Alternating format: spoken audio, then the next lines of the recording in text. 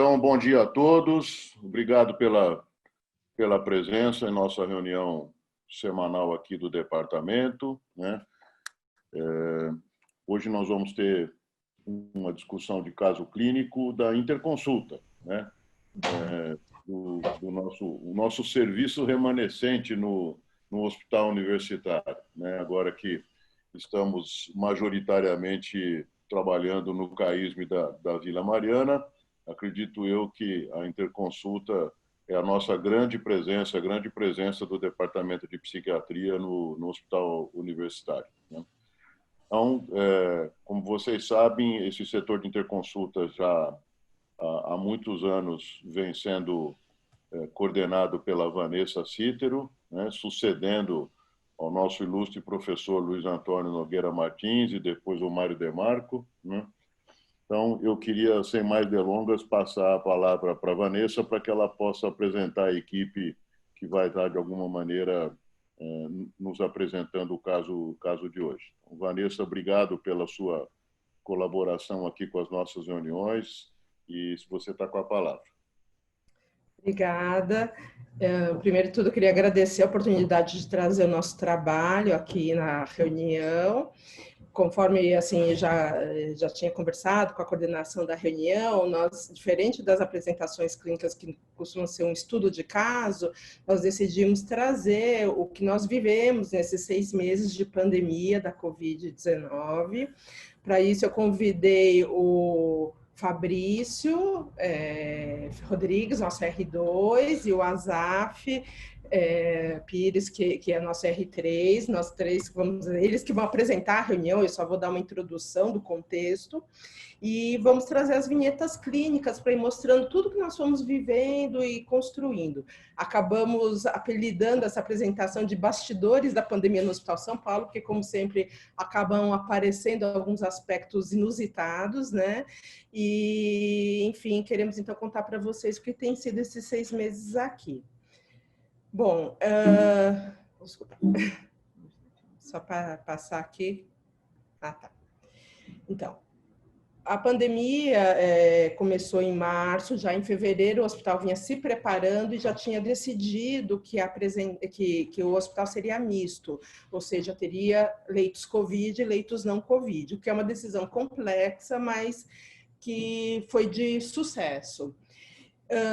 O início da pandemia trouxe para nós, da interconsulta, 3 questões em saúde mental que surgiriam com estes pacientes. Teria algo diferente? Seria a mesma coisa? E com as equipes de saúde, o que aconteceria, né?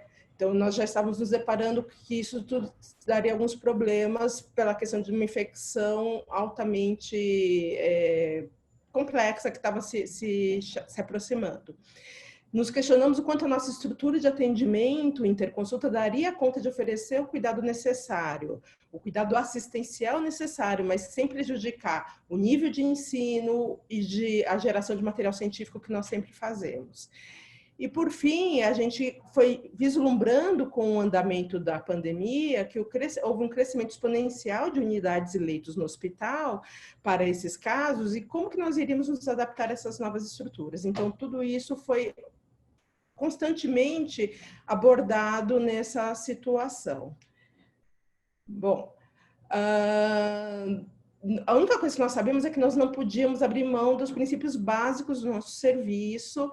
Eu não vou me estender falando sobre teoria, nada disso. A questão é que nós lidamos com pacientes clinicamente complexos, multimórbidos. A Covid-19 nos trouxe essa situação de uma forma ainda piorada. E o que nós não podíamos deixar de fazer é esse trabalho proativo integrado, que hoje é o modelo moderno de interconsulta, em que se trabalha com uma sistematização para antecipar, pegar o mais inicial, antes que as coisas se instalem, com isso um atendimento intensivo e com foco sempre na redução da complexidade do processo de internação e uma divisão de responsabilidade entre nós e a equipe responsável por esse paciente. Hoje, olhando para trás, nós podemos ver que 6 meses podem ser divididos em 2 trimestres que tiveram características diferentes, não só para nós, mas no hospital mesmo, porque o primeiro trimestre foi uma fase de estruturação, o segundo realmente já foi o auge, né, o ápice da pandemia, e aí as coisas já estavam mais estruturadas e estamos agora iniciando uma fase de desaceleração. Então, nessa fase 1 de aceleração, nós estávamos com uma nova equipe de interconsulta, tivemos um grupo de R2 extremamente boa, que deu conta de nos ajudar, e semanalmente nós tínhamos que redefinir o rumo do trabalho para que a gente pudesse dar conta do que vinha acontecendo. Nós optamos, nesse momento, de colocar todo o atendimento COVID dentro do sistema de interconsulta, que era o que nós sabíamos fazer. Ao mesmo tempo, nessa linha, nessa faixa aqui em azul, vocês vão ver a parte do todo o trabalho que nós fizemos com a equipe, trabalho presencial, porque houve todo um trabalho de teleatendimento que o CAISM acabou cuidando para nós e foi excelente, nos ajudou muito. Mas presencialmente, nós montamos uma estrutura para as equipes do PS. O pessoal do ambulatório, que achou que ia ficar ocioso nesse período, foi para esse atendimento. No final não ficou ocioso, porque em 2 semanas nós tivemos que retomar tudo no ambulatório, mas mesmo assim a equipe do ambulatório da retaguarda deram conta das equipes do PS. A Comissão de Controle de Infecção Hospitalar nos pediu muito um atendimento. Nós até hoje fazemos grupos com essa equipe, porque eles ficaram extremamente assoberbados de trabalho e de estresse com tudo isso. E, ao mesmo tempo, na PREME, que sempre deu assistência aos residentes, médicos e multi, tiveram seu volume triplicado, tivemos que dar um reforço nessa equipe para dar conta das demandas que vinham vindo. Então, a gente cuidava do hospital e dos pacientes e da equipe. Numa segunda fase, nós tivemos o incremento dos R3 que puderam voltar a campo e vieram assumir algumas unidades COVID conosco. Então, nesse momento, o hospital já tinha crescido, já tinha leitos pré-definidos, claramente pré-definidos de COVID, e nós montamos equipes para ficarem inseridas, para dar uma sustentação nas próprias unidades. Contratamos uma psicóloga para a UTI, que estava defasada, ela com os residentes dava conta, lá a UTI geral fica com os casos mais graves, e colocamos uma equipe fixa, multiprofissional, tanto na DIPA quanto nas novas unidades para a síndrome respiratória aguda. E hoje, enfim, nós reabsorvemos na interconsulta, agora a partir de setembro, os casos da COVID, mas mantemos, ao mesmo tempo, uma profissional em cada unidade para fazer esse diálogo e facilitar que os casos cheguem a gente, e a previsão é que essa fase vai se estender até 2022, que é o período que se estima que nós vamos conviver com suspeitos da COVID, e mesmo com a vacinação, tudo. Bom, o que nós vivemos nesses 6 meses de pandemia que os residentes vão apresentar? Nós vamos falar de coisas que nós revivemos de fases lá do início da AIDS, que são descritas na década de 80, como a sensação de entrar num quarto que está sujo, imundo, está com chão grudento, justamente porque a equipe tem medo de entrar e limpar. Essa foi uma das situações que nós logo nos deparamos. Nós nos deparamos com os mesmos diagnósticos psiquiátricos que são comuns no hospital geral. Então, muita questão ligada à reação ao estresse agudo, devido à quarentena, isolamento, transtorno de estresse pós-traumático, delírio, transtornos depressivos e as tentativas de suicídio em várias formas, como fatores predisponentes, bastante acirrados nesse momento. E depois fomos vendo muitas questões ligadas a estigma de doença mental com equipes de saúde que não estavam acostumadas a lidar com esse perfil de paciente, sofrimento emocional, carência social dos pacientes. Trago aqui só 2 artigos que acho interessantes, que mostram exatamente como a questão do transtorno mental é altamente prevalente nessas situações de isolamento, de quarentena. Por fim, só para contextualizar o que houve no hospital. Então, a gente começou em março, nós tínhamos 18 leitos de enfermaria, 36 de UTI e abriu-se uma unidade no PS só para síndrome gripal que chegava a atender 200 pacientes por semana. Quando entrou julho, nós vamos vendo um incremento importante desses números, né? O hospital chegou a ter 60 leitos de enfermaria, 88 de UTI, e a atender praticamente quase 700 pacientes por semana na unidade do PS, um incremento entre 200% a 300% do número de casos. Hoje, nós estamos vivendo aqui uma redução de novo, né? Agora em setembro as coisas estão se estabelecendo e esperamos, existe uma projeção de que em dezembro a gente estabeleça uma unidade de 12 leitos, 10 leitos de UTI e se feche essa unidade do PS para síndrome gripal e que aí a gente vai conviver com isso. Então, é importante lembrar que o Hospital São Paulo é um hospital de alta complexidade, então, assim, nós temos um índice de mortalidade muito grande, é 30%, não reflete o que é a mortalidade da Covid, que na população geral é na faixa de 5%, e o nosso índice de mortalidade só se compara com o que foi visto no Emílio Ribas, no HC, que ficaram no mesmo sistema de atendimento que nós, tá? Bom, nós vamos focar a apresentação na assistência ao paciente, não dá tempo de falar de tudo, foi uma experiência, nós já atendemos mais de 300 pacientes, famílias também, e vou passar a palavra para o Fabrício falar dessa primeira fase, e depois o Azaf vai falar da segunda fase. Bom dia a todos, eu sou o Fabrício, sou R2 da Psiquiatria. E eu vou iniciar falando um pouco sobre a atuação dos R2 da psiquiatria na interconsulta em saúde mental no Hospital São Paulo, né, voltado ao atendimento às unidades de internação, que são as enfermarias do hospital. No período de março a maio de 2020, a equipe foi composta por Claudine, Lucas e eu. O processo de interconsulta psiquiátrica, ele se inicia com os pedidos que são realizados via e-mail institucional, né? E esses pedidos são realizados pelas equipes das enfermarias, preferencialmente a equipe médica dessas enfermarias.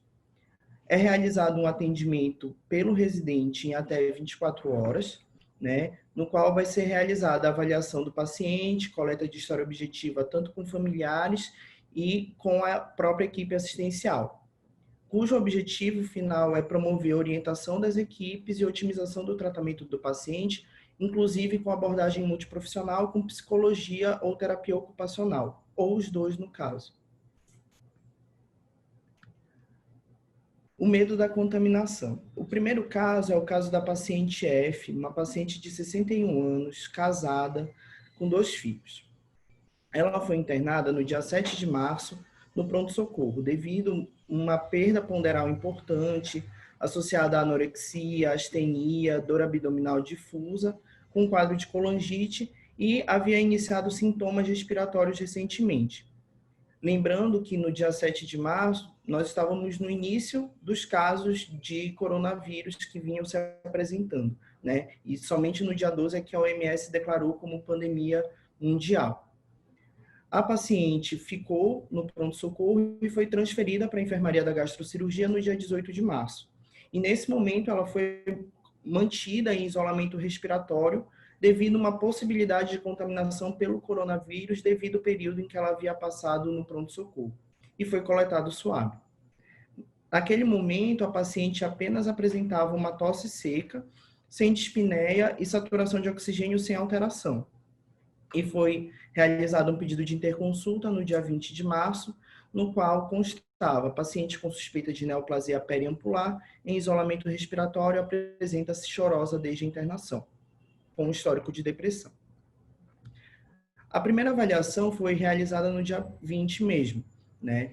E no qual foi percebido um quadro depressivo prévio em acompanhamento irregular na UBS, e a paciente estava em uso de sertralina, fluoxetina, amitriptilina e clonazepam de forma crônica. E durante a avaliação, a paciente se sentia triste com o estado atual e houve uma piora importante dos sintomas depressivos devido ao isolamento respiratório. De antecedentes, uma paciente com obesidade mórbida que havia realizado cirurgia bariátrica, artrite não esclarecida, segundo ela, devido a um quadro de lúpus, com redução da mobilidade, necessitando de um autocuidado assistido. Após a nossa avaliação, foi proposto um ajuste medicamentoso e realizadas orientações à equipe, né? Então, o ajuste medicamentoso com sertralina, 150 mg dia, introdução de quetiapina e suspensão da fluoxetina e da amitriptilina, e um manejo cuidadoso da redução do clonazepam. No dia seguinte, a paciente foi encontrada em condições precárias de higiene, né, com roupas sujas de urina e fezes, ainda no isolamento respiratório.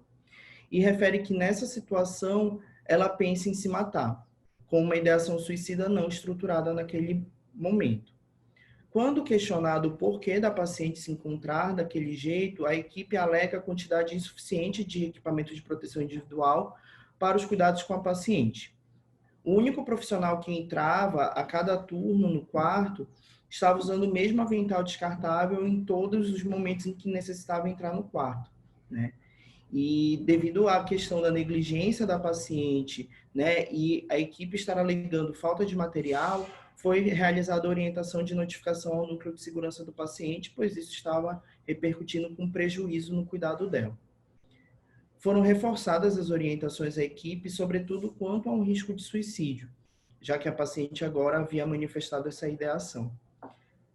2 dias depois, a paciente recebeu o resultado negativo do SWAB, então ela vinha sendo mantida em isolamento respiratório, não sendo uma paciente COVID-19, e imediatamente ela é transferida para leito comum da enfermaria da gastrocirurgia com acompanhante 24 horas por dia. E após a transferência da paciente, houve uma melhora parcial das queixas e ela continuou a sua internação pela questão cirúrgica e sendo acompanhada pela equipe da interconsulta. Esse caso, ele nos apresenta como foi o COVID inicialmente para as equipes do Hospital São Paulo. Uma doença desconhecida, cujos mecanismos de transmissão não estavam totalmente esclarecidos, e de como, então, as equipes poderiam se preparar para promover a atenção aos casos suspeitos e manter o atendimento de casos não COVID de forma harmônica. Podemos, via interconsulta, também realizar orientações às equipes, principalmente na abordagem em relação à negligência do atendimento a esses pacientes suspeitos do coronavírus, devido ao medo dos profissionais em se contaminar e, posteriormente, contaminar seus familiares. E também é importante, nesse caso, frisar que não se deve desprezar o risco de suicídio nesses pacientes, principalmente quando submetidos ao isolamento. A incerteza do futuro. O próximo caso é o caso do paciente J, paciente de 59 anos, em união estável, com 2 filhos. Ele foi internado no dia 2 de abril, já na sala destinada ao atendimento dos casos suspeitos de Covid, no pronto-socorro. Ele apresentava tosse seca há 7 dias, diarreia, uma saturação entre 87% e 92% em ar ambiente, e uma tomografia de tórax com opacidades em vidro fosco bilaterais compatíveis com o padrão do COVID-19. Ele recebeu um diagnóstico de insuficiência respiratória aguda, né, COVID-19 possível, e coletou o SWAB no dia da internação, cujo resultado foi positivo. E no dia 4 de abril, ele é transferido para a unidade de tratamento para síndrome respiratória aguda, no 11º andar, e foi feito o pedido de interconsulta no dia 6 de abril, né, cujo pedido constava: há um dia iniciou o discurso depressivo e em alguns momentos expressando desejo de morte. A primeira avaliação ocorreu no mesmo dia e o paciente relatava uma depressão profunda desde o início do quadro respiratório, com um discurso catastrófico em relação à Covid-19. Dizia não merecer os esforços da equipe e os recursos gastos com ele. Ele falava coisas como: já sou velho, tenho muitas doenças. E apresentava uma ideação suicida estruturada, jogar-se pela janela. Lembrando que no 11º andar não existem grades ou telas de proteção na janela e durante a consulta o paciente se manteve próximo à janela. E ele falava que ele poderia então se libertar ao se matar e havia se despedido dos familiares momentos antes da avaliação. Ele apresentava antecedentes de um HIV, diagnosticado em 2006, diagnosticado no mesmo momento em que ele descobriu uma hepatite C, que no momento evoluía com cirrose. Também apresentava hipertensão, diabetes tipo 2, dislipidemia e uma doença renal crônica.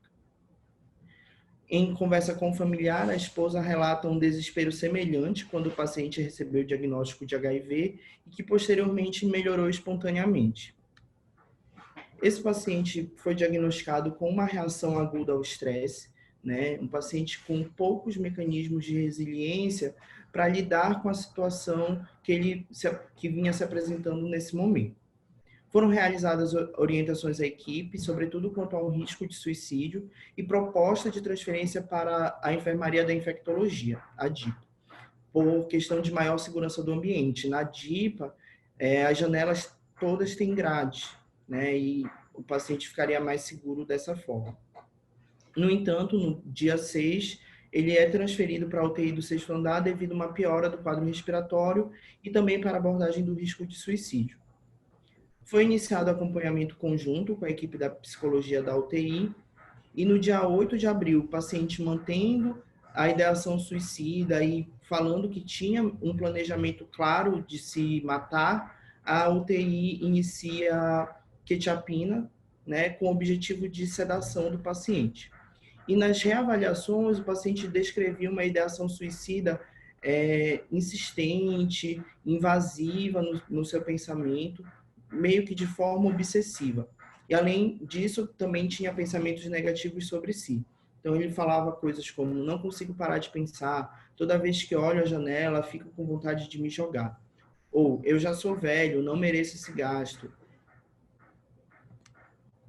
Foi realizado o manejo verbal, né, com realização do pacto de vida com esse paciente e redução da quetiapina para doses mais sedativas de fato, né, 25 miligramas de 8 em 8 horas. No dia 13 de abril, ele recebe alta da UTI e é transferido para a DIPA.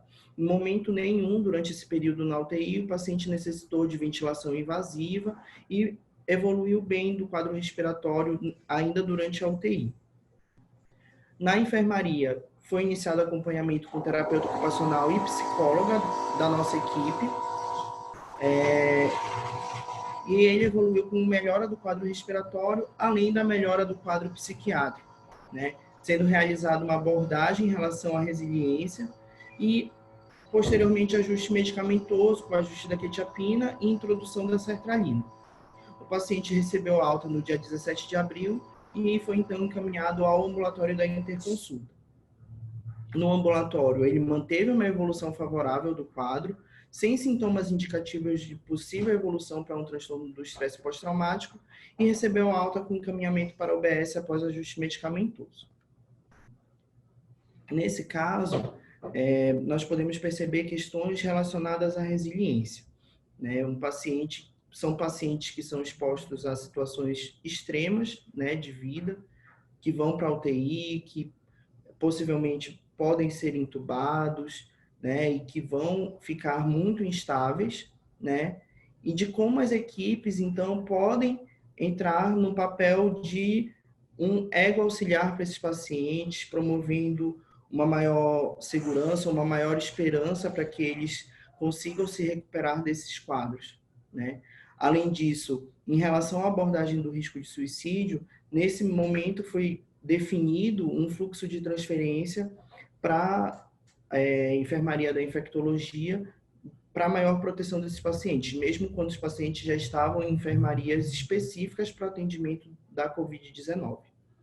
Também, o isolamento e a falta de contato externo são fatores que aumentam, né, o estresse desse paciente. E também foram propostas melhoras da estrutura das enfermarias, o que ocorreu de forma progressiva durante esse período mais agudo da pandemia, né, com a compra de TVs, colocação de rede Wi-Fi e celulares e tablets para os pacientes também manterem contato com as famílias e poderem realizar, às vezes, contatos com as equipes que não entravam com tanta frequência nos quartos.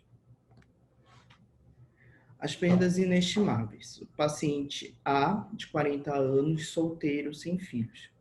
O paciente foi internado no dia 23 de março, já na sala COVID do pronto-socorro, e há 7 dias apresentava febre mensurada de 38 graus, tosse seca, mialgia, evoluindo com dispneia aos mínimos esforços, com uma saturação de oxigênio de 90%, e uma tomografia de tórax com imagem compatível de Covid-19. Ele coletou um swab no dia da internação, que foi positivo, e ele então foi transferido para a UTI da infectologia. No dia 25 é encaminhado para leito da DIPA, e houve um pedido de interconsulta no dia 28 de março, no qual constava que é um paciente com antecedente pessoal de transtorno afetivo bipolar, em uso domiciliar de risperidona e carbamazepina. Avô foi a óbito por Covid-19 e pai está internado na UTI do 6º andar. Esse paciente, a família toda contraiu o coronavírus ao mesmo tempo e houve complicações com 3 familiares, no caso, o pai, o avô e o próprio paciente. A primeira avaliação foi realizada no dia 29 e no momento da avaliação o paciente estava sonolento, mas fala que está triste e preocupado e cita a situação do avô e do pai e sente seu pensamento acelerado. Queixa-se de não receber notícias de seu pai e fala sobre ter presenciado a morte do avô pela janela do quarto. O avô também estava internado na DIPA, um quarto em frente ao paciente, o que propiciou que o paciente visse todos os cuidados quando o avô começou a estabilizar e posteriormente com o falecimento do avô. A equipe refere que o paciente está claramente mais ansioso e solicitante, e de antecedentes pessoais, ele havia iniciado um acompanhamento psiquiátrico em 2016 após o que ele chamou de um surto, e tentativas de contato com a UBS de origem não tiveram sucesso para que a gente, então, soubesse qual seria esse quadro prévio. Também referia a ter realizado o uso prévio de lítio. E a mãe com síndrome de pânico. Paciente com diagnóstico pregresso incerto, interrogamos um transtorno afetivo bipolar, mas claramente naquele momento o paciente apresentava sintomas de uma reação aguda ao estresse. E foi houve uma proposta de manejo medicamentoso com a introdução de risperidona 2 mg dia e quetiapina 25 mg dia. O paciente não apresentou sintomas maniformes durante a internação e não havia dados suficientes na história objetiva para estabelecimento de outros diagnósticos. Concomitante ao período em que o paciente foi acompanhado pela interconsulta, houve uma piora do quadro do pai na UTI e o paciente evoluiu com melhora do quadro respiratório e recebeu alta no dia 5 de abril, encaminhado ao ambulatório da interconsulta para a elucidação diagnóstica, observarmos a evolução do quadro e promoveu o ajuste medicamentoso. O paciente comparece à consulta no dia 16 de abril e o pai havia falecido 5 dias antes dessa consulta. No momento em que o paciente descobre que o pai havia falecido, ele tenta suicídio por intoxicação medicamentosa, ele ingere 6 comprimidos entre risperidona e quetiapina, E aparentemente foi uma tentativa de suicídio que não teve uma maior repercussão, o paciente não buscou um atendimento clínico, E na consulta ele diz lembrar de cenas da morte do avô, ter pesadelos constantes sobre o tema e pensamentos de morte. Além disso, apresentava crises de choro importantes, diminuição do apetite, mas negava uma ideação de suicídio estruturada no momento da consulta. A mãe também apresentando uma piora do quadro de pânico, invadindo constantemente o atendimento do paciente, E mesmo na consulta não havia dados de história objetiva para transtorno afetivo bipolar, que também foram coletados com a irmã do paciente. E no momento, então, foi feita uma abordagem do quadro atual do paciente, ele foi encaminhado para uma avaliação no pronto-socorro do CAISM, avaliar se havia necessidade de uma internação breve para ajuste medicamentoso, e foi realizada a introdução de doxazosina e sertralina. E o paciente segue em acompanhamento ambulatorial pela interconsulta. Esse é um caso que demonstra o impacto da Covid-19 sobre os pacientes, não só sobre os pacientes, mas também sobre os familiares. Esse foi um grupo familiar em que houveram 2 perdas importantes, e que desestabilizou a família como um todo, né?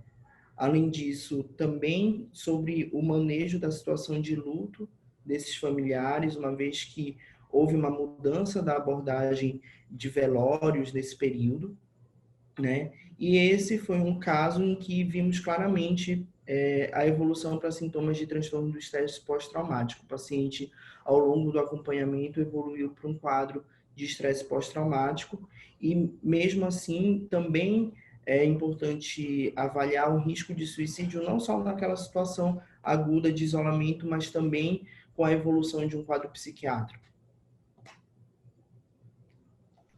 Os efeitos do isolamento. Esse é um caso um pouco diferente. Essa é uma paciente que não houve infecção pelo coronavírus, mas nós achamos importante também trazer esse caso, né? A paciente é F, 40 anos, casada, 3 filhos. E ela foi internada no dia 10 de abril na UTI de tratamento de queimaduras. E ela havia realizado uma tentativa de suicídio por queimadura por chama de líquido inflamável com álcool etílico 70% em 8 de abril. A paciente apresentava queimaduras de 2º grau profundo em região cervical, abdômen, mão esquerda e dorso dos pés e antebraço direito. Foi atendida inicialmente em São Bernardo do Campo e houve pedido de interconsulta já no momento da internação da paciente, cujo pedido constava vítima de queimadura de 14% da superfície corporal, ateou fogo com álcool no corpo após discussão com o marido. A primeira avaliação foi realizada no dia 11 e a paciente contava que ela estava em isolamento social junto com a família há aproximadamente 20 dias. E nesse período ela apresentava tristeza, insônia, anedonia, fadiga constante e ruminações obsessivas sobre a situação financeira da família. Essa paciente, ela também era vítima de violência doméstica. Haviam discussões constantes e, inclusive, relatos de agressões físicas entre ela e o marido. O marido, um usuário abusivo de álcool e que não estava respeitando o isolamento. E, após uma discussão com o marido estava alcoolizado, ela impulsivamente age de modo autoagressivo, né, e coloca fogo em si mesma. E, na avaliação inicial e nas reavaliações posteriores, havia um arrependimento marcante desse ato impulsivo. Essa paciente foi diagnosticada com um transtorno de ajustamento e foi proposto um tratamento com sertralina e risperidona. Ela evoluiu positivamente durante o período de internação, não só do quadro psiquiátrico, mas também das queimaduras. Não havia sintomas como revivescências ou hipervigilância e foi encaminhada ao ambulatório da interconsulta para observar a evolução do quadro. E a paciente segue em acompanhamento ambulatorial com evolução favorável do quadro. Nesse caso, apesar de não haver a contaminação pelo coronavírus, mas a questão da pandemia levou a um isolamento social, né?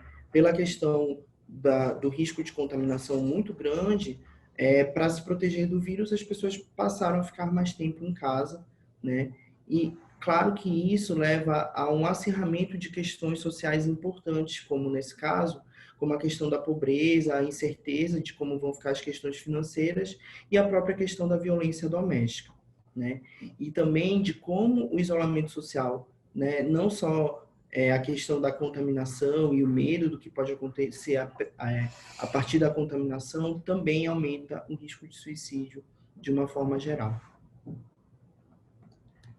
Agora eu vou passar a palavra para o Azaf, que vai falar um pouco sobre a atuação dos R3 nesse período. Obrigado. Então, bom dia, pessoal. Meu nome é Azaf, eu sou R3 aqui da Unifesp. Então, vou continuar a apresentação falando um pouco de como foi a atuação dos R3 e como foi a nossa experiência nas unidades COVID. Já agradeço pela atenção de todos. Então, a nossa atuação aconteceu nessas unidades, né, que foram criadas no Hospital São Paulo. A unidade de síndrome respiratória aguda, que era no 11º andar, que contava com 20 leitos de enfermaria e 14 leitos de UTI. Nas enfermarias da DIPA, né, que é a Enfermaria das Doenças Infecto-Parasitárias, que contava com 40 leitos de enfermaria, E foi uma atuação de junho a agosto de 2020. Além da minha presença, também contamos com o Fred, com a Laís, a Maria Clara e a Priscila.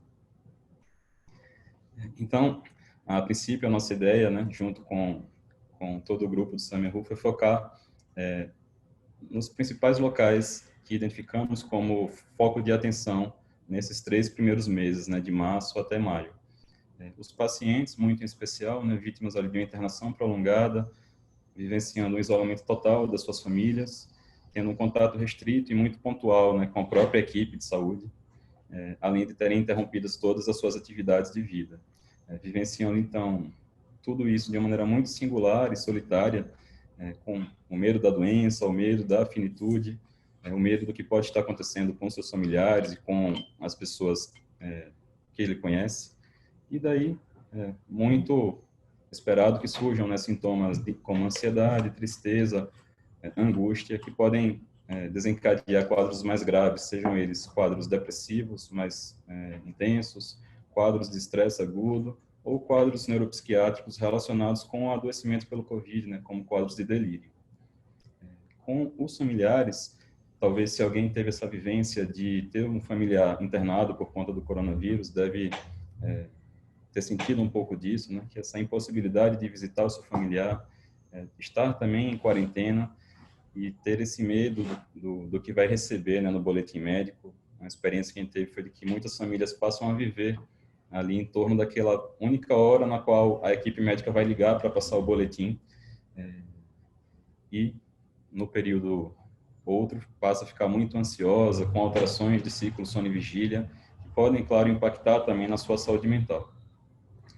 A equipe de saúde, vivendo nessa angústia intensa com a necessidade aumentada por conta do trabalho, passando longas horas nas unidades, em um contato maciço com pacientes em sofrimento e em piora clínica, e além dessas vivências intra-hospitalares, precisando readaptar toda a sua rotina extra-hospitalar, né? Muitas pessoas passando a morar em outros locais, se afastando dos seus familiares, sem outras atividades de relaxamento possíveis, com esse medo intenso de contaminar outras pessoas queridas para ela. Então, eu vou trazer de maneira mais particular a atuação na unidade de síndrome respiratória aguda do 11º andar, onde eu e a Laís atuamos. E como é que funcionava essa unidade, né? Foi uma enfermaria criada para o atendimento de vítimas ali do Covid no contexto da pandemia. Ela tinha uma equipe de enfermagem e fisioterapia, que era uma equipe mais perene dentro da enfermaria. Também contava com a equipe de nutrição e fonoaudiologia, além da equipe de médicos residentes, que era composta por um misto, né, de residentes da infectologia, que é um residente passava um mês na enfermaria, da clínica médica, um residente passava 15 dias, da pneumologia, um residente passava 15 dias também, e de outras especialidades clínicas, um residente passava uma semana. Esse tempo podia variar por trocas de escala, por adoecimento dos próprios residentes. Muitas vezes, algumas pessoas passavam poucos dias lá na enfermaria. A supervisão médica dessa unidade ficava a cargo da chefia da pneumologia, mas muitas vezes nas reuniões outros chefes da infectologia, da cardiologia também participavam. Então, a nossa ideia foi inserir, né, uma equipe de saúde mental fixa nessas unidades, pensando nesse modelo colaborativo e proativo de atuação. No SAMERU, né, nossa equipe é pensada uma equipe multiprofissional composta por profissionais da terapia ocupacional, da psicologia e da psiquiatria. Nesse contexto, tínhamos atribuições em comum, né, dentre elas, nossa reunião semanal para discutir andamento dos casos e do trabalho, realizar o atendimento inicial das demandas que surgissem na enfermaria, fazer um rastreio de saúde mental com os familiares, e o atendimento na unidade era, a princípio, em especial, o primeiro atendimento feito de uma forma presencial. A partir de então, poderia ser realizado via teleatendimento.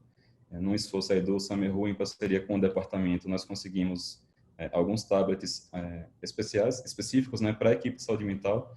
Isso possibilitou não só o atendimento do paciente, como a realização de visitas virtuais com os familiares daquelas pessoas que não tinham acesso a esse dispositivo.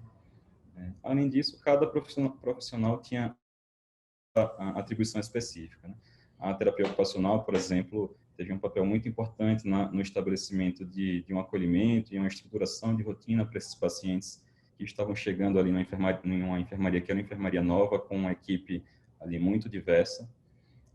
A equipe da psicologia, além de toda a busca ativa e contato com os familiares, também realizava um atendimento após os episódios de falecimento, quando isso ocorria, né, um atendimento familiar por teleatendimento, para identificar os sintomas que pudessem surgir naquela família e orientar os possíveis locais de atendimento, como, por exemplo, o serviço de acolhimento ao luto, que foi criado no departamento também. Então, quais foram os nossos objetivos, sabendo de antemão que os quadros muitas vezes surgem como uma barreira no cuidado adequado ao paciente, que as equipes nessas unidades muitas vezes não estão preparadas para ter esse cuidado e manejar essas situações. E uma observação que nós tínhamos também, que os pedidos de interconsulta muitas vezes só vinham após uma situação de crise já estar ali presente. Então, nossa ideia era sistematizar uma rotina de abordagem em saúde mental em uma unidade voltada para pacientes com coronavírus. Através disso, estabelecer condutas tanto para a prevenção dessas situações, como manejo terapêutico quando elas já aconteciam, identificando vulnerabilidades, fossem elas nos pacientes, nos familiares e na própria equipe. Lembrando que também foi criado um serviço para atendimento aos profissionais, né, do Hospital São Paulo. E, dessa forma, prevenir agravos, dentre eles os mais graves, em especial episódios de agitação psicomotora, de risco importante de suicídio, acelerando dessa maneira o processo de interconsulta em saúde mental. E aí, eu vou trazer rapidamente 3 vinhetas para falar não especificamente dos tratamentos, mas da atuação da nossa equipe nesse caso e junto com todos os profissionais da unidade. Com a nossa presença fixa na unidade, o modelo de solicitação de interconsulta mudou. Eles não precisavam fazer o pedido via o e-mail institucional. Esse pedido era feito pessoalmente ou por um contato pessoal. E aí eu trouxe aqui de uma maneira breve quais foram os pedidos para essas pessoas feitos pela equipe, né? Então, o senhor A, que é uma pessoa de 40 anos, solicitada por um quadro de agitação psicomotora de um possível morador de rua e usuário de substâncias psicoativas. A senhora L, 36 anos, com um relato de que estava recusando as condutas, apática e distanciada, com a doença reumatológica prévia. E o senhor J, de 61 anos, um paciente já com múltiplas comorbidades, que receberia a notícia do falecimento do seu irmão e uma solicitação de auxílio na articulação dos cuidados com esse paciente. Então, o primeiro caso a gente trouxe, né, como caso da interface COVID e psiquiatria, era o paciente A, de 40 anos, ele solteiro, sem filhos, desempregado, um paciente com ensino fundamental incompleto.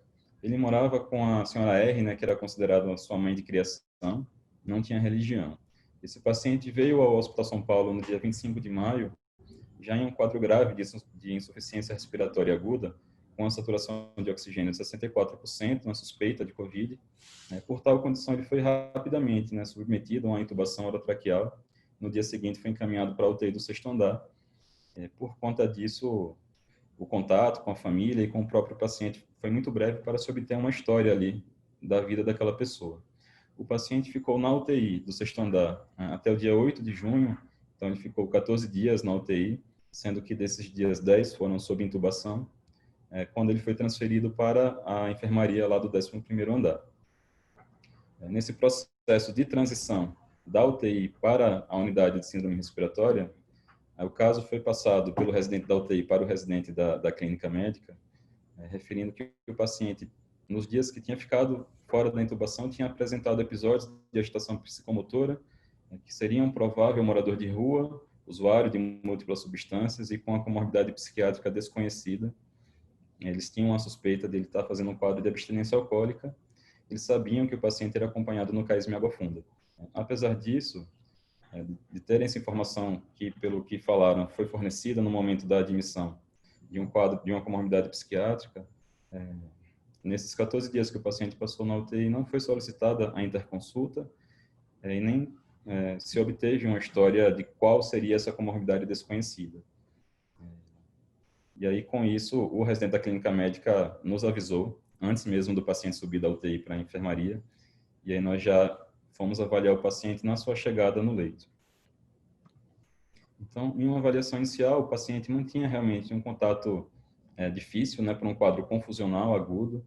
Ele estava em contenção mecânica, estava sozinho no quarto, além da questão do Covid, ele também estava em um isolamento pelo KPC, né, essa bactéria Klebsiella resistente a múltiplos antibióticos.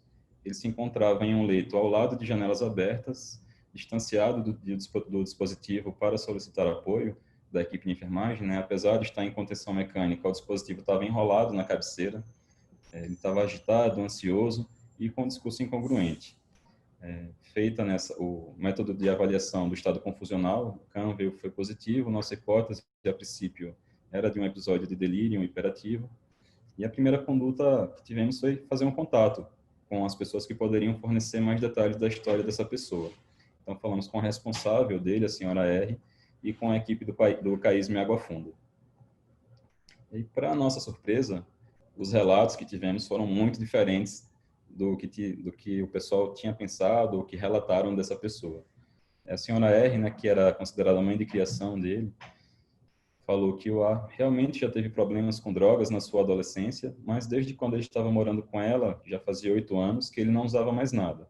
Ela o considerava um rapaz gentil, educado, falou que todo mundo na vizinhança gostava dele. Inclusive, na hora, ela quis até chamar um vizinho para falar sobre o paciente. Disse que ele não tinha crises e nem internações psiquiátricas fazia muitos anos e que ia todo dia para o Água Funda. Inclusive, ela falou que eu podia ligar lá e eles iam confirmar essas informações. Ela disse que o paciente nunca tinha dado trabalho para ela. Quando ligamos no Hospital Dia do CAISM Água Funda, onde o paciente acompanhava, a primeira reação do membro da equipe, que era uma pessoa da equipe de enfermagem, foi de uma surpresa. Ele falou que eles já estavam esperando que alguém ligasse fazia tempo, que a dona R tinha avisado que o paciente estava internado, mas até então ninguém tinha feito contato para saber sobre o caso dele. Ela disse que conhecia o paciente há quase 6 anos, que ele fazia um tratamento lá no CAISM Água Funda com eles e era bastante aderido, ajudava nas atividades, estava abstinente desde quando ela se lembrava. Disse que o paciente parecia ter alguma dificuldade cognitiva, mas conseguia se comunicar bem, não tinha histórico de comportamentos agressivos ou irritados, pelo contrário, né, considerado um paciente bastante colaborativo. A hipótese diagnóstica relatada pelo CAISM Água Funda era de um quadro de esquizofrenia com um histórico prévio de uso de substâncias psicoativas. Então, a partir disso, nós fomos identificar, né, todas as dificuldades que surgiram na internação desse paciente, em especial na UTI, né, com um foco muito grande na doença, em que se pese a gravidade com que o paciente se apresentava, mas um foco menor na pessoa. A gente tentou retrospectivamente identificar de onde tinha surgido esse relato dele ser um morador de rua e estar fazendo uso constante de substâncias, mas ninguém soube dizer de onde tinha saído esse relato. Entendemos também a dificuldade pela ausência de uma história objetiva, né, com esse afastamento da família por conta do isolamento e da ausência de visitas, que culminaram, né, num manejo inadequado do caso do paciente. Na enfermaria, encontramos outras dificuldades. Essa questão do paciente agitado em um ambiente de isolamento, que não tinha, por exemplo, ele estava em um quarto fechado, sem janela para ser observado de fora do quarto, as janelas precisavam ficar abertas por conta das orientações do risco de infecção. Com isso, ele trazia um aumento, né, da carga de trabalho e insegurança para a equipe. Aconteceu dele arrancar sondas, arrancar acessos, sendo manejado em um ambiente adequado, de alto risco, com janelas abertas, com vários objetos no quarto que poderiam servir ali de meios de o paciente se automachucar ou lesionar outras pessoas. Isso fazia com que a equipe observasse o paciente de uma maneira muito inadequada, né, como aquela pessoa problemática que está atrapalhando a atuação de todo mundo, querendo apenas que ele tivesse alta daquele local. E, além disso, o próprio paciente, sem qualquer dispositivo ou sem qualquer meio de falar com a família, confuso dentro de um ambiente que ele não conhecia ninguém. Então, como a nossa equipe atuou nesse caso, tentando solucionar todos esses problemas? Com o paciente do delírio, uma reestruturação do tratamento que ele já fazia previamente no CAISM Água Funda e a estruturação dos manejos não farmacológicos possíveis na unidade, né? tendo em vista todas as dificuldades de acesso da equipe frequente àquele paciente, a não possibilidade de ter um acompanhante. E aí, para isso, tivemos o auxílio dos R2 no atendimento diário desse caso. Foi feita uma sugestão de transferência para um ambiente mais seguro, como o Fabrício comentou, no 7º andar, na enfermaria da DIPA, existe um leito com proteção nas janelas, com a janela na parede que torna possível observar o paciente de fora do quarto. Com a equipe multiprofissional, o primeiro passo foi compreender esse desgaste que eles estavam tendo no manejo desse paciente e auxiliá-los, né, na sugestão de atitudes e manejos que reduzissem a carga de ambos. Com a equipe médica, tentamos orientá-los sobre os riscos reais e os riscos que estavam sendo fantasiados em relação ao que poderia acontecer com aquele paciente na enfermaria. Fizemos também um suporte no contato com a família, no contato com a referência dele no CAISM Água Funda para estruturar o segmento pós-alta e discutindo novamente essa linha de cuidado, como já tinha acontecido sobre o risco de suicídio, também para esses pacientes com episódios de agitação, delírio, com a ideia de que eles, antes de saírem da UTI, recebessem uma triagem para o local que tinha um quarto com proteção e que poderia oferecer um cuidado mais adequado. E com a família, uma orientação sobre o quadro do paciente, a senhora R tinha ficado extremamente preocupada ao saber desses episódios de agitação. Tentamos realizar visitas por vídeo com o paciente e a sua mãe e ofertar apoio e orientar os cuidados também para os familiares. Então, esse foi um quadro que trouxe muito para a gente a questão do impacto, né, desse estigma com a saúde mental e a dificuldade das pessoas que não tenham preparo para lidar com esses casos, né? Nossa atitude, acho que mais importante nesse momento foi a orientação e ensino para uma equipe que não tem o hábito de lidar com pacientes com essas questões de agitação psicomotora e um plano de fundo de um adoecimento psiquiátrico. O caso 2 trouxe como um caso de isolamento e resistência. É o caso da senhora uma paciente de 36 anos, casada, tinha uma filha, desempregada, com ensino fundamental incompleto. Ela é católica, natural de Teresina, mas estava morando em São Paulo desde janeiro de 2020. Ela tinha um plano de voltar para Teresina em abril, mas por conta da pandemia ficou em São Paulo. E isso, por si só, já chamou nossa atenção. Aqui em São Paulo, ela morava apenas com o marido dela, que ela tinha conhecido em 2019, e o restante da família dela, a filha, a mãe e outras irmãs, todos moravam em Teresina. Ela foi internada no Hospital São Paulo por uma necrose em falange distal no contexto de uma doença reumatológica, né, esclerose sistêmica, de forma limitada, no dia 13 de junho, na enfermaria da reumatologia. Esse foi mais um dos casos, né, que foi internado por uma questão clínica e desenvolveu sintomas apenas após a internação. Então, 3 dias depois da internação, ela iniciou sintomas respiratórios, fez um teste positivo para o COVID e, por isso, ela foi transferida para a unidade de síndrome respiratória. O pedido da equipe para avaliação dessa paciente foi que a paciente não conversa com ninguém. Ela está triste, recusa a fisioterapia. Achamos que ela já devia ter problemas antes, pois ela demorou 1 mês para buscar ajuda com o dedo ficando preto.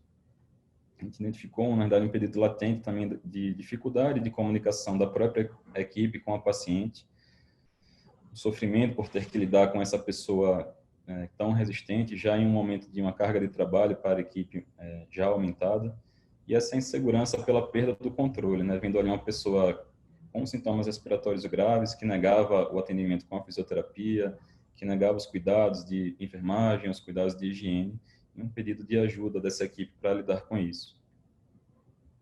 Então, na avaliação inicial, apesar do relatado, a paciente não se apresentou com uma atitude esquiva e nem com um negativismo. Na verdade, ela rapidamente, após um estímulo, se posicionou e conversou bastante sobre a vida dela, iniciou um choro. Ela disse estar se sentindo perdida em São Paulo, né? Quando a gente tentou aprofundar essa percepção de estar perdida, ela relacionou tanto com a internação, por estar em um ambiente totalmente desconhecido, inclusive geograficamente em São Paulo, ela nem sabia se localizar onde ela estava. A questão de estar transitando entre São Paulo e Piauí, e aqui em São Paulo não ter nenhuma pessoa fora o marido dela conhecida. O marido dela trabalhava e só atendia o celular durante a noite, mesmo com a paciente ligando. E pela questão do isolamento no quarto e o uso de EPIs pela equipe, que dificultava muito ali a visualização e o reconhecimento das pessoas. Se queixava ainda de ter recebido informações diferentes por parte das equipes. A equipe da cirurgia vascular tinha informado que ela precisaria amputar aquele dedo durante a internação. A equipe da reumatologia falou que não seria necessário durante a internação, algo que deixou a paciente ainda mais ansiosa. E tinha queixas também em relação à mudança constante das pessoas da equipe, né? Ela falava que nunca sabia quem era ninguém ali. A nossa impressão, então, foi uma paciente apresentando sintomas de ajustamento e depressivos importantes em relação ao seu adoecimento. E eu trouxe aqui alguns relatos, né? Essa residente responsável já foi uma outra pessoa, né? A residente que tinha me pedido o atendimento no dia anterior já tinha mudado do estágio, já era uma outra pessoa que estava acompanhando aquela paciente. E ela me disse que realmente não podia fazer uma avaliação longitudinal, pois tinha começado a acompanhar o caso naquele dia, mas via que a paciente estava realmente muito entristecida e essa mudança frequente da equipe não ajudava nessa vinculação, né? Ela disse que a paciente pouco tinha conversado com ela durante a avaliação.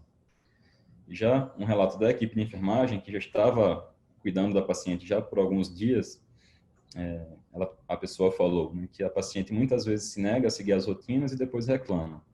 Ontem mesmo ela começou a gritar do quarto, falando que estava engasgada, estericou, segundo o relato, e quando foram ver, ela não tinha nada. Isso demonstrando já um desgaste aí na relação da equipe com a paciente, uma dificuldade que eles estavam tendo frente a essa pessoa que em sofrimento estava recusando algumas condutas.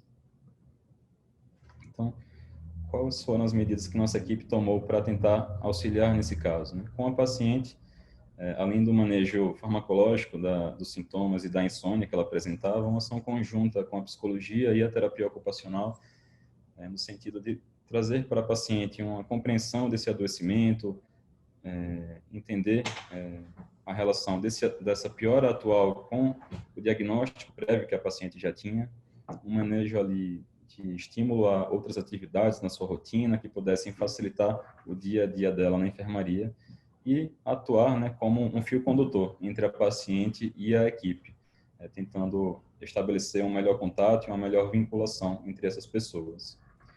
Com a família, então tentamos fazer um contato com o marido e com a mãe. Essa é uma paciente que precisaria ter o dispositivo de oxigênio domiciliar, mas a equipe não conseguia um contato com o marido para articular esse cuidado. E o contato com a mãe nos trouxe uma informação importante de que, na verdade, a paciente já vinha em um processo de afastamento do seu cuidado reumatológico há algum tempo, mudando frequentemente de médicos, abandonando os tratamentos.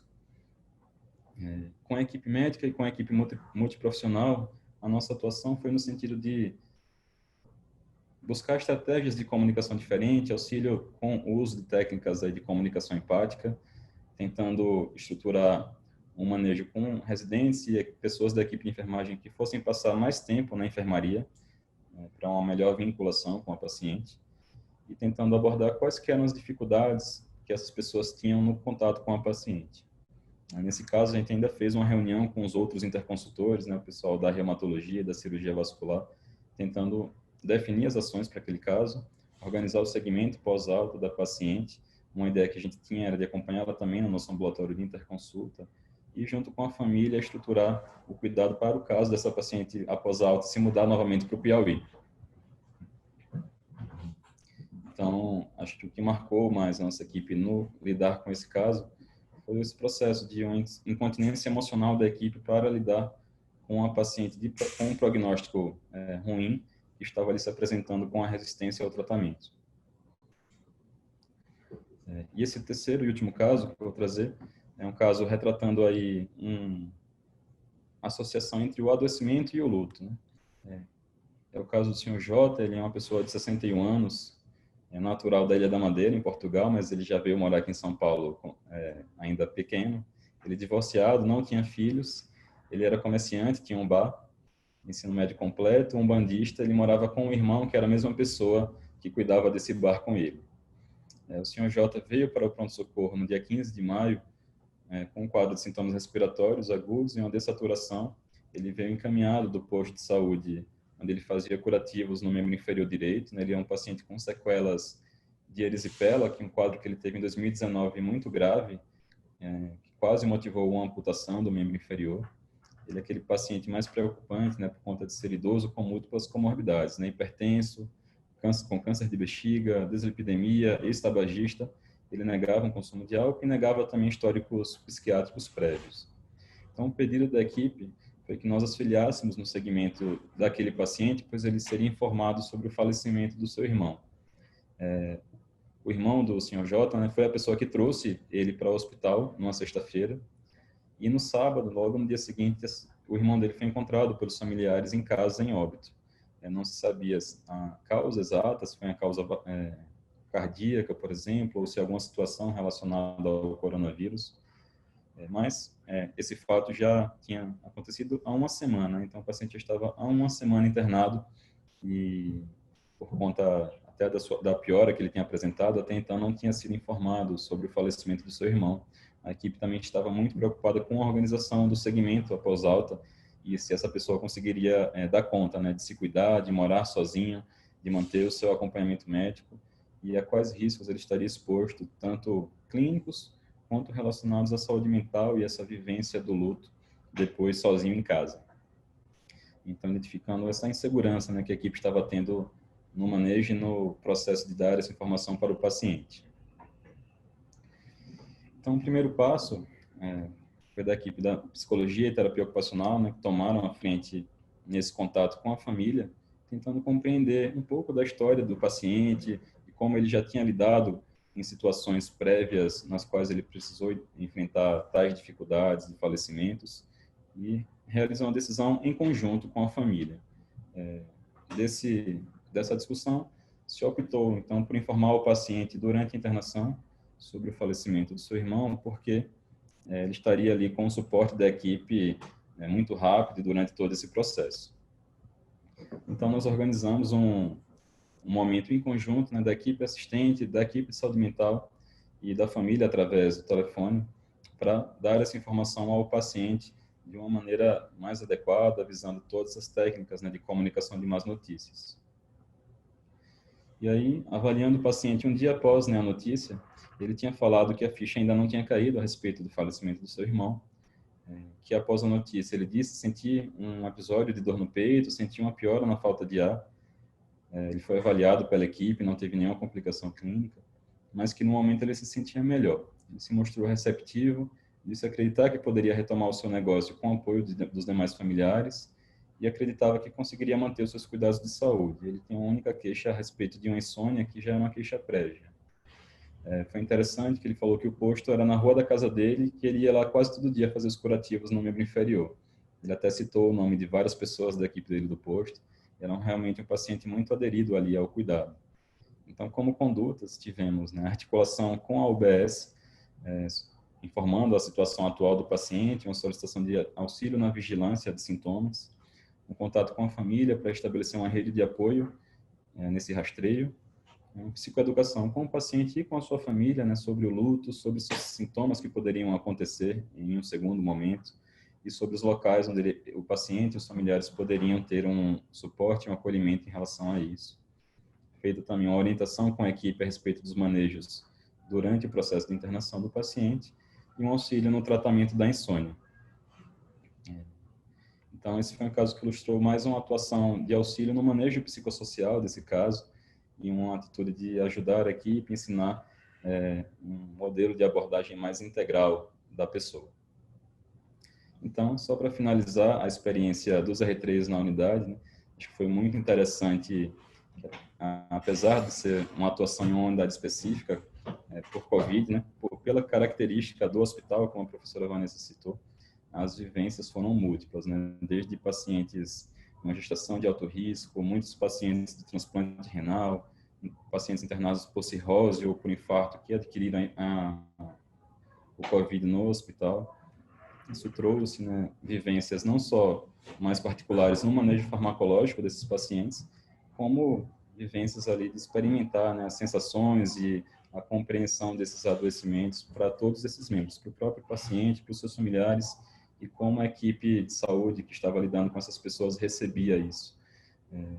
E ficou muito claro para a gente o impacto, né, que o cuidado em saúde mental pode ter no estabelecimento de uma estrutura de enfermaria mais harmônica, um cuidado mais adequado aos pacientes e um processo de estruturação da alta hospitalar mais organizado. Acho que era isso. abrir para discussão, até pelo horário.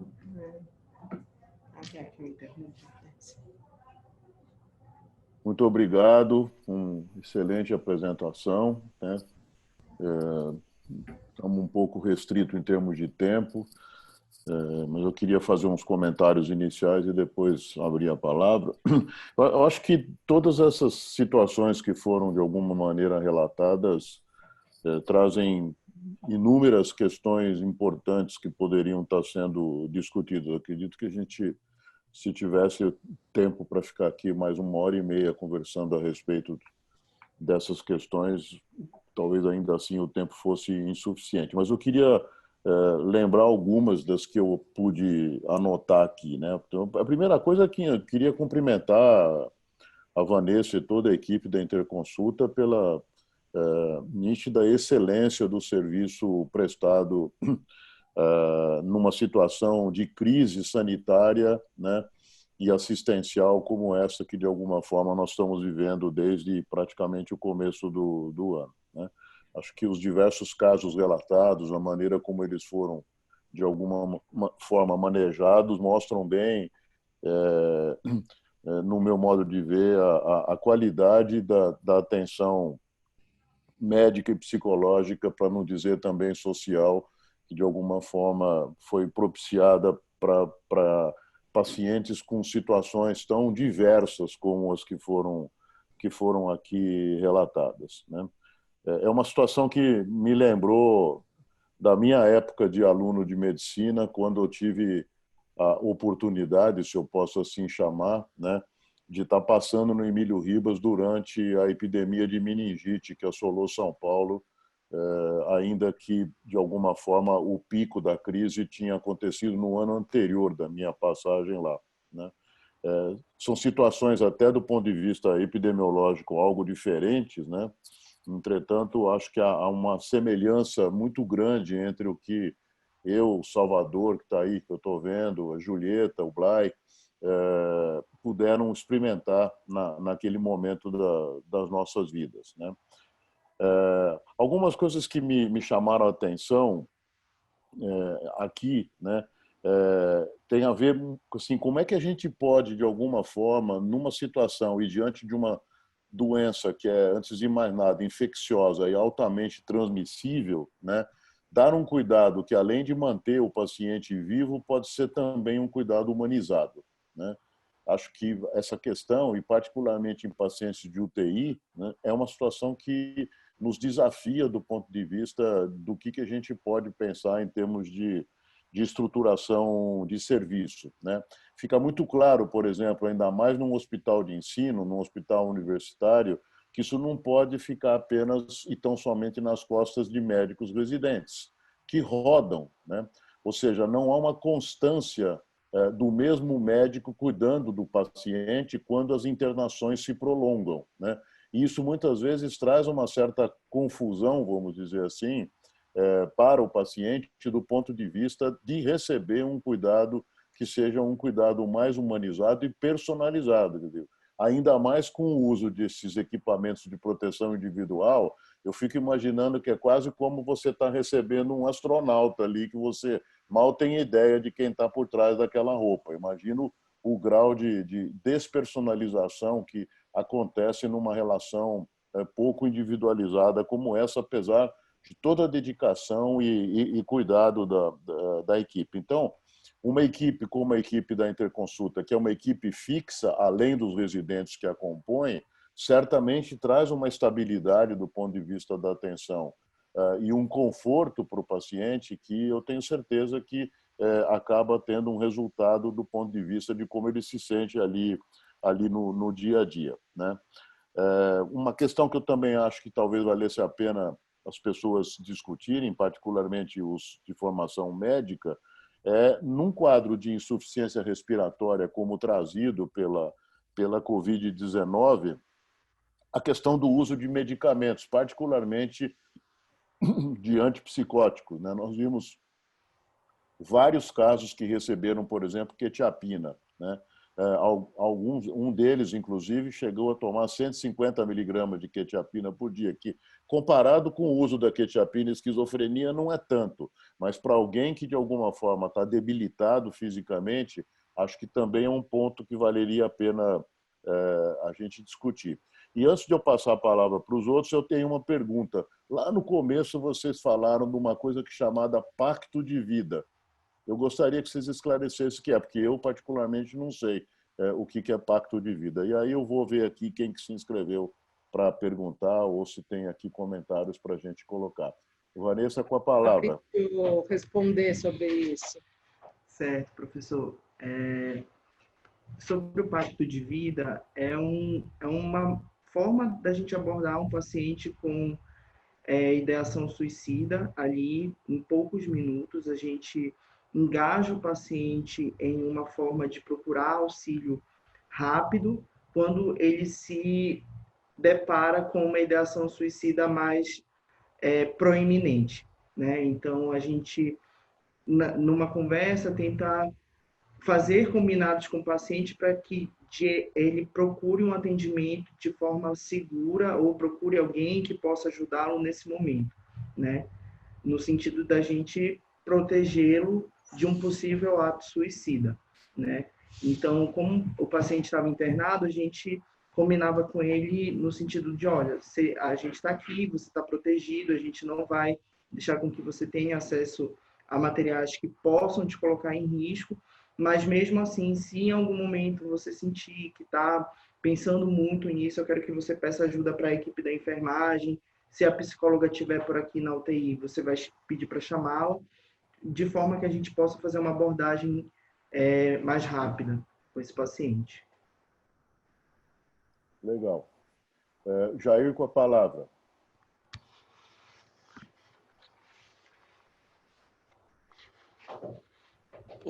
Bem, obrigado, Miguel. Primeiramente, parabenizar os dois residentes que foram muito bem orientados, né, pela Vanessa, toda a equipe da Interconsulta. Eu estou muito bem impressionado como a informação foi organizada. É impressionante como vocês conseguiram captar o quadro completo, né, do desamparo das pessoas, do isolamento, da família, da equipe, né, e como que vocês atuaram. Então, mostrando a importância de uma equipe de saúde mental bem preparada dentro de um hospital, né, a importância que ela tem. Não é por acaso que o diretor da Faculdade de Medicina nos pediu que um residente fizesse uma explanação dentro da congregação da experiência da psiquiatria, né? E o Fabrício, ele fez isso e foi muito elogiado dentro da escola.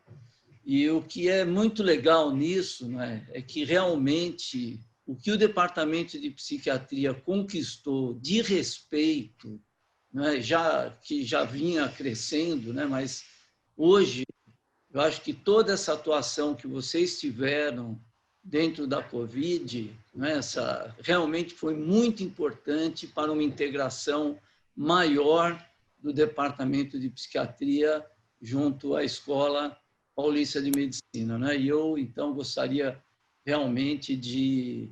eu teria outras coisas para falar, mas eu vou deixar outras pessoas pelo momento, mas eu fiquei muito impressionado e emocionado pelos relatos e a forma muito bem feita que vocês fizeram para realmente contar o sofrimento dos pacientes, dos familiares, da equipe e o tipo de atuação que nós pudemos ter como departamento para minimizar o sofrimento de todos esses atores envolvidos. Parabéns, pessoal. Não tem ninguém inscrito. Eu acho que eu vou convidar... Marcelo Feijó. Depois eu vou convidar o Luiz Antônio para falar. Vou ser rápido também, por conta do tempo, mas principalmente para para parabenizar toda a equipe do Samerru, né, por esse trabalho incrível que o Jair estava comentando, né, que fizeram, da coragem, né, porque no início a gente estava com muito mais medo do que agora, né, de ter enfrentado, se paramentado e estruturado todo esse serviço, né. Acho que todo o expertise de muitos anos, né, do serviço e do aprimoramento que a Vanessa e a equipe têm é sensacional, né? E com certeza isso que o Jair falou muda radicalmente a visão da psiquiatria pelos colegas, né? Então assim, parabéns, é um orgulho, né? E é uma equipe predominantemente, tem os residentes, mas predominantemente feminina. Tem alguns representantes do nosso gênero, mas acho que isso também faz a diferença aí nesse grupo. Parabéns, viu? Legal. Luiz Antônio, nosso decano da Interconsulta e também da atenção aos residentes, fundador do NAPREME, aqui na Escola Paulista de Medicina. Gostaríamos de ouvir os seus comentários, que eu espero que não sejam finais. Muito obrigado, Miguel. Bom, eu queria me associar aos colegas que falaram anteriormente, ao Miguel, Jair, Marcelo, e primeiramente parabenizar a Vanessa e toda a equipe, os residentes, por essa excelente apresentação. Eu imagino o trabalho que deve ter dado, enfim, preparar essa apresentação, que está muito bem feita, didática. Eu acho que quem não conhece o trabalho do Hospital Geral consegue, com essa apresentação, sentir e captar o clima que é, principalmente numa situação tão séria como essa da Covid, né? Por exemplo, eu que estou afastado, que estou longe dessa realidade do dia a dia, fiquei muito tocado pela dramaticidade, né, da situação que ocorre, né, nesse momento aí da pandemia, com esse desamparo, né, essa vivência de impotência que assola, enfim, a humanidade toda frente a essa situação. Eu queria parabenizar, não só pela apresentação, mas queria parabenizar a Vanessa pela organização do serviço e por uma conquista fantástica que ela, enfim, fez no serviço ao criar o ambulatório de saúde mental para o acompanhamento dos pacientes que são atendidos na interconsulta. E é alguma coisa que, na minha época, eu não consegui fazer, e era uma falha bastante grande do serviço, porque a gente perdia, né, o acompanhamento do atendimento desses pacientes. Então, essa é uma fantástica conquista.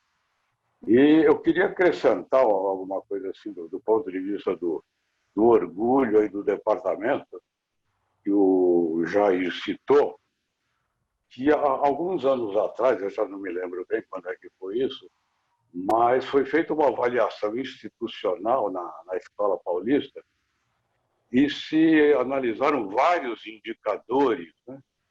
Assistência, pesquisa, ensino, enfim, de todos os departamentos.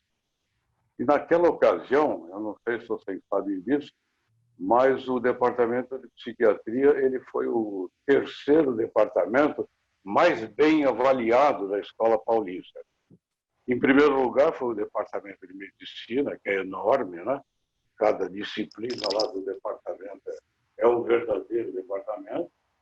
O segundo é uma máquina impressionante de funcionamento, que é a oftalmologia. E, em terceiro lugar, foi o departamento de psiquiatria. Foi o terceiro mais bem avaliado, considerando vários indicadores, assistência, ensino e pesquisa. Eu acho que é motivo de muito orgulho, realmente, pertencer a esse departamento, e eu acho que os residentes conseguem, talvez, acho que sentir isso, de que estão inseridos em um lugar que a gente tem orgulho de pertencer. E eu, pessoalmente, que tenho a minha ligação com a Interconsulta, fico muito feliz de acompanhar a evolução do serviço, que está cada vez melhor. isso é que é muito bom que os alunos suplantam os seus mestres e levam adiante esse departamento que está indo muito bem. Obrigado, parabenizo a todos, enfim, pelo trabalho, né, em geral, no departamento. E aproveito para mandar um abraço para todo mundo, para o Miguel, para o Salvador, para o Marcelo, para o Jair, para todos. Muito obrigado. Muito bom, muito obrigado, professor Luiz Antônio. A palavra continua aberta, temos ainda 5 minutos. Vanessa. Para eu falar? Assim, na verdade, eu acho que nós estamos começando a metabolizar tudo que a gente viveu agora. Preparar essa apresentação foi um desafio, inclusive porque a gente teve que começar a refletir. A gente não conseguiu muito fazer isso, a gente foi trabalhando. Então, essa apresentação foi algo refletido e construído em grupo, a equipe toda, estou aqui com a equipe quem ficou aqui na casinha está assistindo junto, e nós discutimos as coisas, enfim, é um trabalho de metabolização mesmo, de elaboração. Então, a gente ainda vai ter que elaborar mais. Sem dúvida, está todo mundo muito cansado, muito exausto, muitos adoeceram, voltaram, mas eu acho que é um sentimento comum aqui, que está todo mundo muito gratificado pelo que pôde contribuir, né? Eu sinto isso não só na equipe fixa, como nos residentes que contribuíram com a gente. Então, acho que é uma experiência que a gente leva para a vida mesmo e que a gente ainda nem sabe o quanto que vai nos marcar. A gente está ainda entendendo isso. Então, Vanessa, acho que ficou bem claro que, de alguma forma, vocês puderam fazer um relato a partir, particularmente, do impacto dessa pandemia e, particularmente, também dos isolamentos, né? Seja em casa, ou seja, mais no caso de vocês aí no próprio hospital, nas UTIs, o impacto que isso tem para as equipes que, de alguma forma, cuidam desses pacientes, para os próprios pacientes e para os seus familiares, né? Eu ontem fiz uma chamada live, né? Agora chama live, para uma ONG, onde me pediram para falar de reações emocionais durante a pandemia, e eu abri a minha live, vamos dizer assim, citando 2 pessoas que recentemente se manifestaram a respeito de questões de saúde mental. Uma foi o Shekhar Sachena, que foi diretor de saúde mental da Organização Mundial da Saúde até bem pouco tempo atrás, e que disse que nós temos que estar preparados para uma segunda onda que virá de importância para a saúde mental. Na verdade, nós temos o primeiro impacto que a pandemia está causando, quer seja nas pessoas afetadas e nos seus familiares, nas equipes de saúde, e mesmo na sociedade como um todo. Nós estamos podendo verificar isso, particularmente de uma forma um pouco mais aprofundada, nos pacientes que a gente atende no consultório, né? Então, ele se mostra muito preocupado com isso. E na semana passada, o Drauzio Varela publicou um artigo dizendo que, na opinião dele, que na verdade não é um psiquiatra, de que os transtornos psiquiátricos serão a sequela mais visível, né, da atual pandemia no momento seguinte, né? Nós estamos vendo o grau de alguma forma, desorganização que isso trouxe para o cotidiano da vida da gente. Quanta coisa mudou nesse período, né? Quanta coisa nos afetou individualmente durante esse período e ainda continuará afetando, creio eu que de uma forma um pouco menos dramática do que foram os meses iniciais da pandemia, mas que eu tenho certeza que ainda vai se estender por um período de tempo bastante largo. E cabe a nós, né, profissionais de saúde mental, cuidar de nós mesmos em primeiro lugar, porque se a gente não estiver bem, nós não vamos ter as condições para cuidar dos outros e cuidar da saúde mental daqueles que, de alguma forma, dependem da nossa atenção. Acho que a apresentação de hoje, que foi, no meu modo de ver, brilhante, ilustra isso, e eu fico muito contente de saber que ela estará disponível no YouTube do departamento, como todas as outras apresentações que têm acontecido aqui nas reuniões das sextas-feiras, e acho que a gente deve dar uma divulgação ampla, porque ela é um exemplo do ponto de vista do que a psiquiatria pode fazer dentro de uma escola médica, dentro de um hospital universitário e pelas pessoas que, de alguma forma, acabam sendo atendidas nessas instituições. Um agradecimento de coração de todo o departamento ao trabalho que vocês vêm realizando, com muita coragem, numa situação de exposição a risco, como aqueles que estão na linha de frente, de alguma forma, experimentaram. Parabéns. Obrigada. Muito obrigado a todos e até sexta-feira que vem. Fiquem bem. Obrigada. Obrigado. Tchau.